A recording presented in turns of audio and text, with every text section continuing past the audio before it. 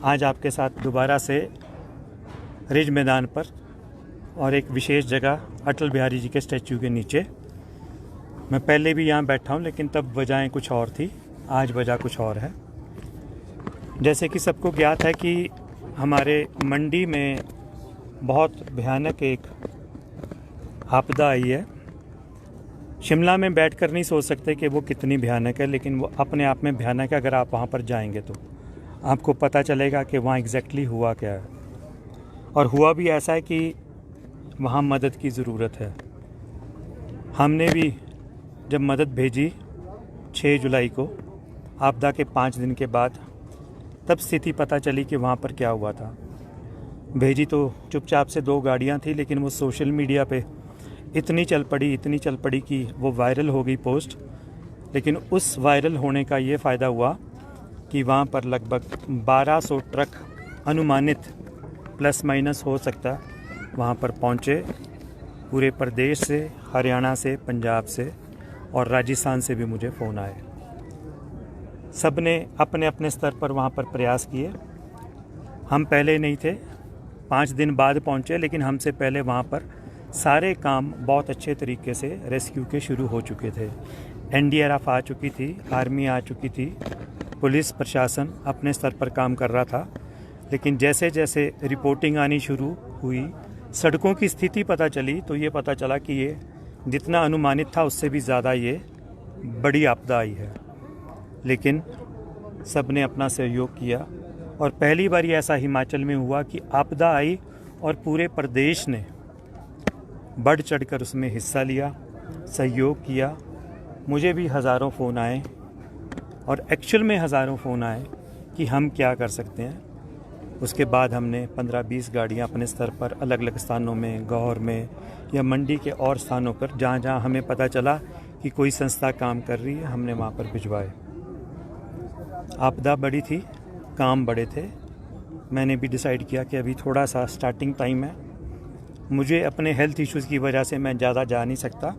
तो मैंने भी डिसाइड किया कि 15 और 16 तारीख को, जुलाई को, मैं वहाँ जाऊँगा।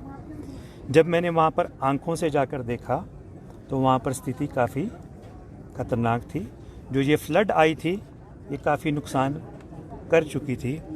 जंजैली से लेकर बगशाड़ तक लगभग मैंने सारा रास्ता ट्रैवल किया, और ट्रैवल करने में हर 10 मीटर पर कोई ना कोई एक पहाड़ गिरा हुआ था, एक नाला बह रहा था।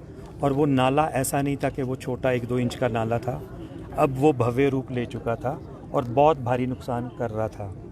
सब लोगों ने अपने अपने स्तर पर सड़कें खोलने का काम किया, जेसीबी द्वारा, हाथों द्वारा। एनडीआरएफ, एसडीआरएफ ने अपना बेहतरीन काम किया और उन्होंने खोजबीन शुरू की। लगभग 42 लोग वहाँ पर इस वक्त सुनने में आया है कि अपनी मौत की आगोश में चले गए। कुछ की तो अभी तक बॉडीज़ भी नहीं मिली है। उन परिवारों के साथ हमारी संवेदनाएं हैं। दिल से हम चाहते हैं कि या तो उनकी बॉडीज़ मिल जाए, लेकिन वहाँ जब जाकर देखा तो इतने बड़े बड़े पत्थर जिसके बारे में सोचा भी नहीं जा सकता, 50 से 100 फुट बड़े तक पत्थर थे वो। और जो मैं बगशाड़ में निकला तो उसके बाद वो सीन शुरू हो गए। थुनाग का एक पुल है और मेरे अनुमान के अनुसार वो 70 फुट तक वहाँ पर पानी राइज़ हुआ। और गांव का तो आप सोच ही सकते हैं कि वहाँ कितना नुकसान हुआ होगा। प्रशासन पहुँचा, बड़े बड़े मंत्री पहुँचे, मुख्यमंत्री जी भी पहुँचे। और दुर्भाग्य से ये जगह जो थी, हमारे पूर्व मुख्यमंत्री जयराम ठाकुर जी का एरिया था, वो वहाँ से इलेक्ट होकर आते थे। और थुनाग में उन्होंने मिनी सेक्रेटेरिएट और ना जाने कितनी सारी डेवलपमेंट के प्रोजेक्ट चलाए हुए थे अपनी पिछली सरकार में। और वहाँ पर उन्होंने अपना बहुत कीमती समय, बहुत टाइम देकर उस एरिया को डेवलप किया था, सड़कों के रूप में, हेलीपैड के रूप में, और सारी जगह बहुत ज़्यादा नुकसान हुआ। लेकिन जब मैंने वहाँ पर जाकर देखा और शिमला में भी रिपोर्टिंग आ रही थी, तो मुझे लगा कि अब टाइम है कि जयराम ठाकुर जी के साथ खड़े होकर उनके साथ बातचीत की जाए। तो 14 तारीख को जब मैं शिमला से निकला तो रास्ते में मुझे पता चला कि वो मंडी रेस्ट हाउस में रात को पहुंच रहे हैं। थुनाग से ही वो वापस आ रहे थे, क्योंकि 15 तारीख को उन्होंने शिमला आना था। तो मैंने उनसे मीटिंग की, उनसे संवेदनाएं व्यक्त की और उनको पूरा हौसला दिया कि अब हम आपके साथ हैं। मैं 2 दिन का दौरा करूंगा और उसके बाद जो भी हमारी संस्था की ओर से एक रिलीफ पैकेज थुनाग के लिए, सिराज के लिए दिया जाएगा वो मैं आपसे डिस्कस करूंगा। हमारी संस्था बहुत छोटी संस्था है, 11 साल हो गए हमें। 2014 में हमने लंगर शुरू किया था और मुझे लगभग 28 से 30 वर्ष हो गए हैं कि मैं डेड बॉडी वैन की भी सेवा कर रहा हूँ। संस्था जो रजिस्टर्ड हुई है IGMC में, हमने लंगर से शुरुआत की थी 25 अक्टूबर 2014 को। हमारी संस्था वहाँ पर पिछले काफ़ी सालों से लंगर चला रही है। खैर, मैंने उनसे जब बात की और मुझे पता चला कि स्थिति काफ़ी बिगड़ी हुई है, अपनी टीम से डिस्कस किया तो हमारा एक कॉर्पस फंड पड़ा था जो मेरा लंगर से पहले ही मैंने एक प्लान किया था कि मैं एक वृद्ध आश्रम बनाना चाहता हूं, और वो मेरा प्लान अब भी है कि शिमला के आसपास वृद्ध लोगों के लिए एक आश्रम बनाऊं। तो मेरे पास एक कॉर्पस फंड था अपनी संस्था का और लगभग वो 50 लाख रुपया मैंने जयराम ठाकुर जी के एरिया में खर्च करने का सोचा और 100 फॉर्म वहाँ पर जयराम ठाकुर जी को दिए। हमने जो वो फॉर्म छपवाए हैं वो कुछ इस प्रकार से हैं कि उसमें उस परिवार की पूरी डिटेल होती है कि जिस परिवार का जो भी नुकसान हुआ है। ये 2 साइटेड फॉर्म है। इसमें फैमिली हेड का नाम है, उसका आधार कार्ड है, फैमिली के जितने मेंबर्स की डेथ हुई है उनका नाम है, उनका घर बिल्डिंग कहाँ पर है और ये कितना डैमेज हुआ है, समरी ऑफ डैमेजेस कि कितनी उनकी नुकसान उनको लगता है कि हुआ है और उनको किस तरह की मदद चाहिए, उनका अकाउंट नंबर और उनके साइन, और इसके साथ सिर्फ एक आदमी का आधार कार्ड की कॉपी, हो सके तो पटवारी की कॉपी। और इसमें जो एक बात मेंशन नहीं की हमने कि वो 3 महीने की बैंक स्टेटमेंट। और ये जब मैंने फॉर्म जयराम ठाकुर जी को दिए तो उन्होंने पूछा ये क्या है, तो मैंने उनको बताया मैं आपको 100 फार्म देकर जा रहा हूँ, 1 नंबर से लेकर 100 नंबर तक के 100 फार्म उनको दिए, जिसमें वो जो भी फॉर्म हमें भर के देंगे। मेरी कल भी उनके किसी एक साथी जो मेरे साथ वहाँ गए थे, हंसराज सैनी जी, जो मंडी के एक वरिष्ठ पत्रकार हैं, और भी शिमला के एक वरिष्ठ जो एक उनके साथी हैं, उनके साथ बात हुई कि वो आज कल में 1-2 दिन में वो फॉर्म भर देंगे और वो फॉर्म हमें देंगे। जैसे ये फॉर्म भर के मेरे पास आएगा 1 से नंबर 100 तक जयराम ठाकुर जी वाला, हम 25,000 प्रति परिवार उस खाते में डाल देंगे। इसमें सब कुछ मेंशन है, मैं अभी आपको देकर भी जाऊंगा, आप पढ़ सकते हैं। और ऐसे ही 100 फॉर्म मैंने वहाँ 3 NGOs को 25-25 फॉर्म और एक 25 फॉर्म वहाँ जो एडमिनिस्ट्रेशन है, DC ऑफिस कह सकते हैं आप उसको, मिनी सेक्रेटरीट में दिए ताकि वो भी हमें वो 25 फॉर्म दें। तो 25 लाख रुपए की सहायता उनके द्वारा दी जाएगी। क्योंकि मैंने DC मंडी से भी बात की, अपूर्व देवगन जी से, वो कहते अभी बहुत जल्दबाजी है कि हम कुछ आपको एकदम से आंकड़ा दे दें, अभी पटवारी फील्ड में है, सारे काम कर रहे हैं। इसके साथ साथ मैंने वहाँ पर एक वादा किया, लेकिन ऐसा कोई वादा नहीं है कि मैंने कोई झूठा वादा किया। मैंने एक वादा किया कि अगर भगवान चाहेगा, मैं यहाँ से 500 फॉर्म छपवा कर लेकर गया हूँ और प्रयास शुरू कर दिए। मैं कोशिश करूँगा कि वो 500 के 500 फॉर्म भरे जाएं और लगभग 1.25 करोड़ रुपया हमारी संस्था द्वारा इन फॉर्मों पर वहाँ पर दिया जाएगा। 50 लाख के लिए मैं कमिटेड हूँ, चाहे वो फॉर्म मुझे कल आ जाएं तो 3 वर्किंग डेज़ में मैं 25,000 प्रति परिवार वहाँ पर पहुँचा दूँगा और उनके अकाउंट में पहुँच जाएगा। उसका रिकॉर्ड भी अगली आपकी प्रेस मीट जब भी होगी आपको फॉर्म्स के साथ और बैंक स्टेटमेंट के साथ दिखाऊंगा। ऐसा नहीं है कि मैंने कुछ बात बोली है, क्योंकि हम कमिटेड हैं। 11 साल पहले भी जब मैंने लंगर शुरू किया था तो मुझे किसी ने नहीं बोला था कि लंगर शुरू कर। 28 साल पहले भी जब मैंने डेड बॉडी वैन शुरू की थी तो किसी ने नहीं बोला कि यहाँ डेड बॉडी वैन की ज़रूरत है। आज भी हम डेड बॉडी वैन चला रहे हैं, एम्बुलेंस सर्विस दे रहे हैं और फ्री में दे रहे हैं। कोई भी पैसे चार्जेस हम किसी भी चीज़ के नहीं लेते।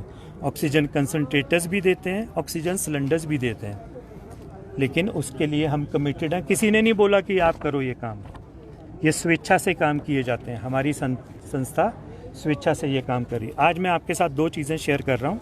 एक तो ये जो ये फॉर्म है जो मैंने वहाँ इशू किए, एक ये मेरे अकाउंट नंबर हैं, जो बाकी के 75 लाख हैं वो कैसे इकट्ठे किए जाएं और इन फॉर्मों के माध्यम से उन परिवारों तक कैसे पहुँचाए जाएँ।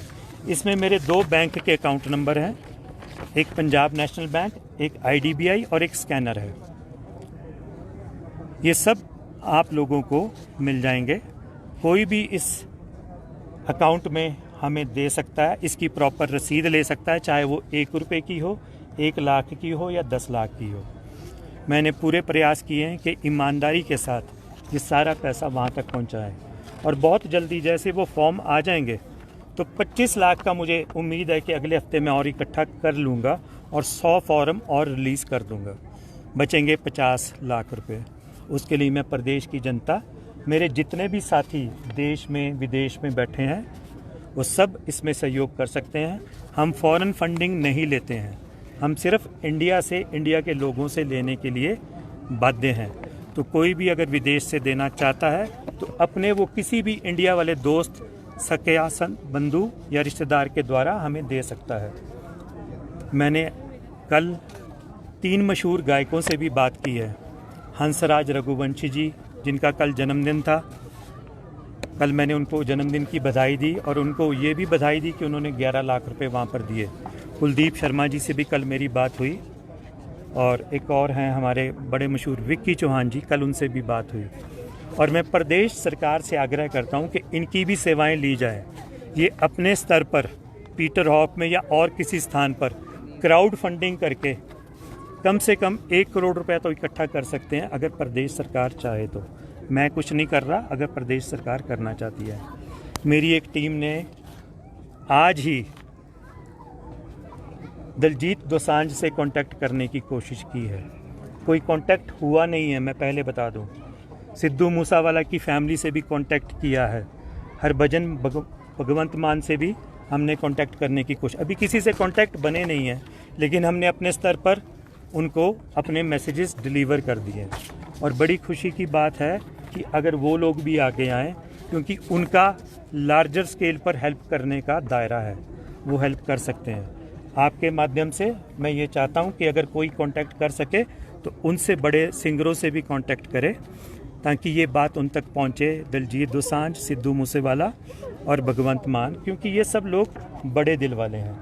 रही बात हम क्या करेंगे या वो क्या करेंगे, हमने एक छोटा सा प्रयास किया, क्योंकि हमारे घर में आग लगी है और जब घर में आग लगती है तो फायर ब्रिगेड की वेट नहीं की जाती। ये नहीं देखा जाता कि फायर ब्रिगेड आएगी तो आग बुझाएगी। पहाड़ों में तो फायर ब्रिगेड होती नहीं, तो गांव वाले क्या करते हैं, बाल्टी उठाकर पानी डालते हैं, जग से, मटके से, किसी से भी। हम सब ने छोटे छोटे गिलास, मटके, बाल्टी पकड़ी हुई है और अपना अपना योगदान डाल रहे हैं। मदद बहुत ज़रूरत है, हमने अपने छोटे प्रयास शुरू कर दिए हैं। बड़े लोग जब जुड़ेंगे तो ये काम होंगे। ये वाला हमारा इतना ही ये काम है।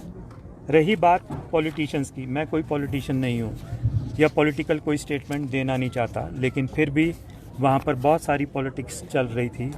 लोगों से मैं अपील करना चाहता हूँ, जो भी वहाँ सामान जा रहा है, विशेष तौर पर थुनाग में बहुत सारे लोग उनका हक जिनको मिलना चाहिए वो उन तक नहीं पहुँचने दे रहे। सभी से अपील है हाथ जोड़कर कि भगवान ने ये बहुत बड़ा प्रकोप दिखाया है, आप ऐसा मत कीजिए। आप सब पढ़े लिखे लोग हैं, लोग यहाँ से मदद करके किसी से 10 किलो आटा, 5 किलो दाल, एक गद्दा, रजाई, बाल्टी, जूता, चप्पल आपके लिए इकट्ठा करके भेज रहे हैं। लेकिन आपदा प्रभावितों तक कुछ चीज़ें नहीं पहुँच पा रही।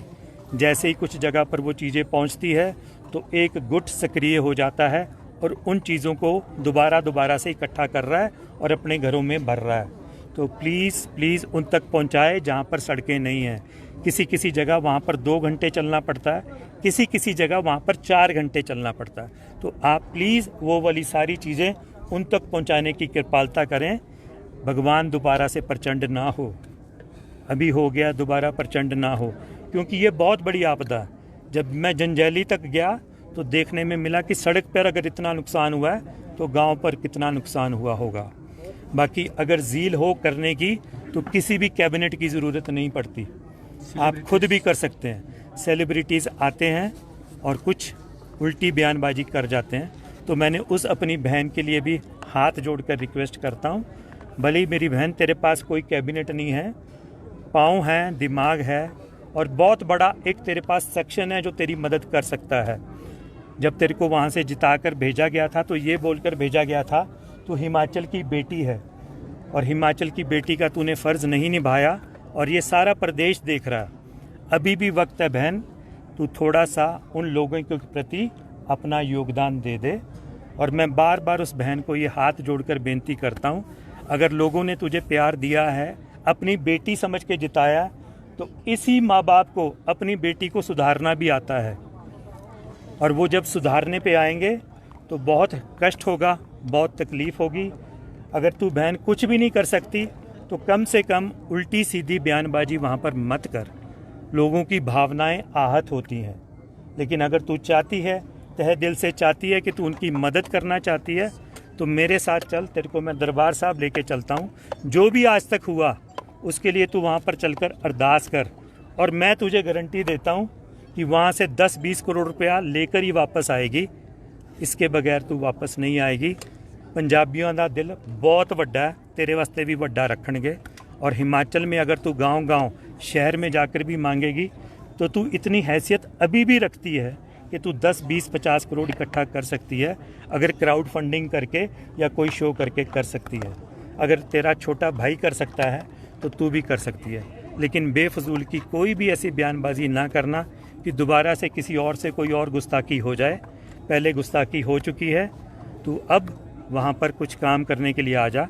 और मोदी जी से भी मैंने रिक्वेस्ट की है कि अगर वो काम करने के लिए या वो इच्छुक नहीं है, रोज़ अलग अलग चैनल्स के माध्यम से पता चल रहा है कि वो अलग अलग तरीके के बयान दे रही है कि 60-70 दिन काम करना था, मुझे कैबिनेट नहीं है।